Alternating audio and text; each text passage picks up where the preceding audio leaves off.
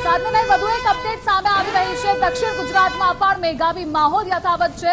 સુરતમાં ધોધમાર વરસાદથી પાણી જ પાણી નજરે ચડી રહ્યું છે। ધોધમાર વરસાદના કારણે અનેક વિસ્તારોમાં વરસાદી પાણી ભરાયા છે। નિકાલની કોઈ વ્યવસ્થા નથી, પરિણામે લોકો હાલાકીનો સામનો કરી રહ્યા છે। તો વરસાદી પાણી ભરાવાથી વાહન ચાલકો પણ હેરાન થઈ રહ્યા છે। અનેક લોકોના વાહનો આ વરસાદી પાણીમાં બંધ પણ પડ્યા છે, ખોટવાયા પણ છે। રાજપૂત સંવાદદાતા રાકેશ આપણી સાથે જોડાયેલા છે। રાકેશ પાસેથી વધુ વિગતો મેળવીશું। રાકેશ, જમાવટ સુરતમાં વરસાદે બોલાવી છે, કેવો વરસાદી માહોલ ત્યાં જોવા મળી રહ્યો છે?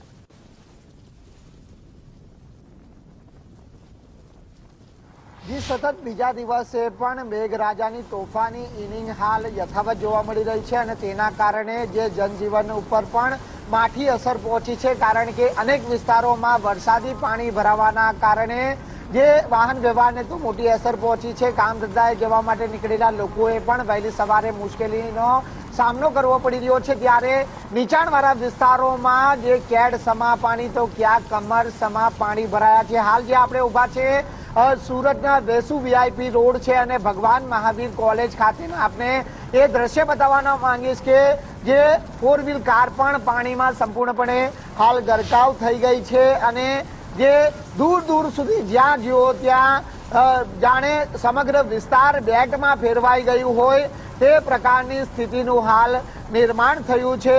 સુરતના વેસુ વીઆઈપી રોડના દ્રશ્ય છે, જ્યાં જોઈ શકો છો કે એક 4 વ્હીલ કાર પણ પાણીમાંથી હાલ પસાર કરવામાં આવી રહી છે।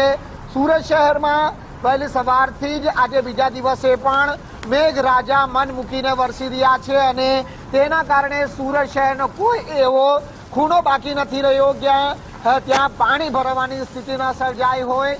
સુરતના અલગ અલગ વિસ્તારોમાં જેમાં વાત કરવામાં આવે તો પૂર્ણા સારોલી રોડ છે, અઠવા ગેટ, મજુરા ગેટ, અડાજણ, રાંદેર, સચિન, પાંડેસરા, તમામે તમામ વિસ્તારો એક પ્રકારે જનમગ્ન થઈ ગયા હોય તે પ્રકારની સ્થિતિ છે તે હાલ જોવા મળી રહી છે। કેમેરામેનને કહીશ કે હજી આગળના દ્રશ્યો બતાવવાનો પ્રયાસ કરી કે જ્યાં હાલ દૂર દૂર સુધી જ્યાં જુઓ ત્યાં પાણી હાલ નજરે ચડી રહ્યું છે। નજીકમાં જ જે ભગવાન મહાવીર કોલેજ આવેલી છે ને આ કોલેજ બહારના દ્રશ્ય છે કે જ્યાં વિદ્યાર્થીઓ જ્યારે અભ્યાસ માટે આવ્યા ત્યારે પણ જે તેઓને આ પાણીમાંથી જવાની ફરજ પડી, પરંતુ કોલેજ દ્વારા એક મહત્વનો નિર્ણય લેવામાં આવ્યો અને હાલ પડતો જે અભ્યાસક્રમ મોકૂફ રાખવાની ફરજ પડી। પરંતુ જે પ્રમાણેના આપ દ્રશ્યો જોઈ શકો છો કે પાણીનો ધસમસતો પ્રવાહ પણ અહીં જોવા મળી રહ્યો છે। કમરસમાં પાણી ભરાય છે, 2 વ્હીલર પણ હાલ પાણીમાં બંધ પડી ગઈ છે અને એને બહાર કાઢવા માટેના પ્રયત્ન પણ છે તે હાલ હાથ ધરવામાં આવી રહ્યા છે। હજી આગળ આપણે બતાવવાનો પ્રયાસ કરીશું કે અહીં પાણી કેટલી હદે જે ભરાયા છે। નીચાણવાળો વિસ્તાર છે સુરતનો જે વેસુ વીઆઈપી રોડ છે અને વેસુ વીઆઈપી રોડ ખાતેના આ દ્રશ્ય છે કે અહીં જે પાણી અહીં કેટલી હદે ભરાયા છે તેના દ્રશ્ય સીધા જોવા મળી રહ્યા છે। સુરત શહેરનો વેસુ વીઆઈપી રોડ એક કોલેજના દ્રશ્ય બતાવવાના પ્રયાસ કરીશ કે વિદ્યાર્થીઓ જોઈ શકાય છે કે આ રીતે કોલેજમાંથી બહાર નીકળી રહ્યા છે, પાણીમાંથી પસાર થવા માટે મજબૂર બની રહ્યા છે। સુરત સહિત દક્ષિણ ગુજરાતમાં હવામાન વિભાગ તરફથી જે મુજબ આગાહી કરવામાં આવી હતી અને આ આગાહીના પગલે સુરત શહેરની અંદર ઠેર ઠેર જે વરસાદી માહોલ છે તે હજી પણ યથાવત જોવા મળી રહ્યો છે। ખાસ કરીને જે બીતેલા 2 દિવસની વાત કરવામાં આવે તો ગત રોજ સાંજના 6 વાગ્યાથી આજે સવારના 6 વાગ્યા સુધીમાં સુરત શહેરમાં 6 ઇંચથી વધુ વરસાદ પડી ચૂક્યો હતો અને હાલ પણ જ્યારે વરસાદ જે અવિરતપણે વરસી રહ્યો છે ત્યારે શહેરના આવા અનેક વિસ્તારો છે કે જ્યાં પાણી ભરાવાની સ્થિતિ છે અને જોઈ શકાય છે કે વાહનો પણ જે વરસાદી પાણીમાં ગરક થઈ ગયા છે। હજી આગળ જવાનો પ્રયાસ કરીશું। ગુજરાત ફર્સ્ટની ટીમ પડે પડની જે અપડેટ છે તે આપના સમક્ષ સુધી પહોંચાડી રહી છે। ગ્રાઉન્ડ ઝીરો રિપોર્ટ ગુજરાત ફર્સ્ટની ટીમ દ્વારા હાલ કરવામાં આવી રહી છે અને સતત આપના સમક્ષ એ દ્રશ્યો બતાવવાના પ્રયત્ન કરી રહી છે કે સુરત સહિત દક્ષિણ ગુજરાતમાં જે મેઘાનું જે તાંડવ છે એ જોવા મળી રહ્યું છે.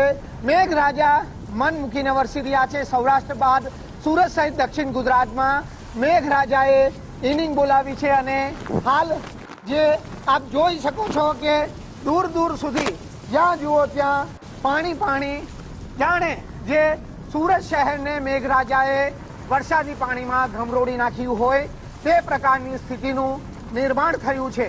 ગુજરાત ફર્સ્ટની ટીમ આપના સમક્ષ સુરતના એ ખૂણે ખૂણેથી એ પડપડેની જે માહિતી આપના સમક્ષ પહોંચાડી રહ્યું છે. આપ ઘર બેઠા રહો, પરંતુ ગુજરાત ફર્સ્ટની ટીમ વરસાદી માહોલની પડેપડની અપડેટ આપના સમક્ષ પહોંચાડી રહ્યું છે.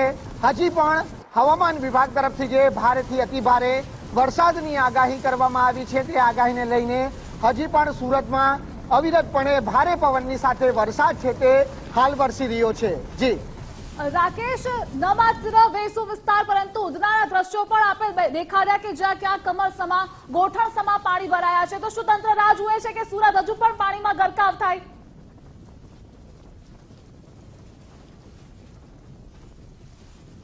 સુરત મહાનગરપાલિકા દ્વારા પ્રી મોન્સૂનની કામગીરીના મોટા દાવા કરવામાં આવ્યા હતા અને દાવા તદ્દન પોકળ સાબિત થયા છે. કારણ કે સુરત મહાનગરપાલિકા પાસે ટેકનિકલ જે જવાબો છે તે શરૂઆતથી જ જે જાણે તૈયાર કરીને રાખ્યા હોય તેમ અધિકારીઓ છે તે પ્રશ્નોના જવાબ આપી રહ્યા છે. ક્યાંક નીચાણવાળા વિસ્તારોમાં જ્યાં વરસાદી પાણી ભરાયા છે તો ત્યાં લો લેવલ એરિયા હોવાના કારણે વરસાદી પાણી ભરાવાની જે સ્થિતિનું કારણ છે તે જણાવવામાં આવી રહ્યું છે. જોઈ શકાય છે કોલેજના જે વિદ્યાર્થીઓ છે તે આ પ્રમાણે કોલેજમાંથી બહાર નીકળી રહ્યા છે. સુરતની અંદર જ્યાં જુઓ ત્યાં વરસાદી પાણી અને બીજી તરફ જે ખાડીએ પાણી લેવાનું બંધ કરતા જે પાણી પણ છે તે બેક મારી રહ્યા છે અને તેના કારણે ખાડી પૂરની સમસ્યા પણ છે તે સુરતમાં સર્જાય છે. સણિયા હેમાદ ગામની અંદર પણ હાલત મળેલા અહેવાલ મુજબ છે તે ગામ પણ પાણીમાં ગરકાવ થઈ ગયું છે. જેમાં જે નીચાણવાળા વિસ્તારમાં જે હળપતિવાસ આવેલું છે એ હળપતિવાસમાં વસવાટ કરતા લોકોને અન્ય સ્થળે ખસેડવાની ફરજ પડી છે. તો બીજી તરફ જે અડાજણ એટલે કે ખાડીને અડીને આવેલા વિસ્તારોમાં પણ લોકોને જે શેલ્ટર હોમમાં ખસેડવા સુધીની જે તૈયારી પણ છે તે તંત્ર તરફથી કરવામાં આવી છે. પરંતુ વરસાદી પાણીનો ઝડપીપણે જે નિકાલ થવો જોઈએ એ નથી થઈ રહ્યો, જે બતાવે છે કે તંત્રની પ્રી મોન્સૂનની કામગીરી કેટલી હદે જે સારી રીતે કરવામાં આવી છે કે કેમ, આવા અનેક સવાલો છે તે અહીં ઉપસ્થિત થઈ રહ્યા છે.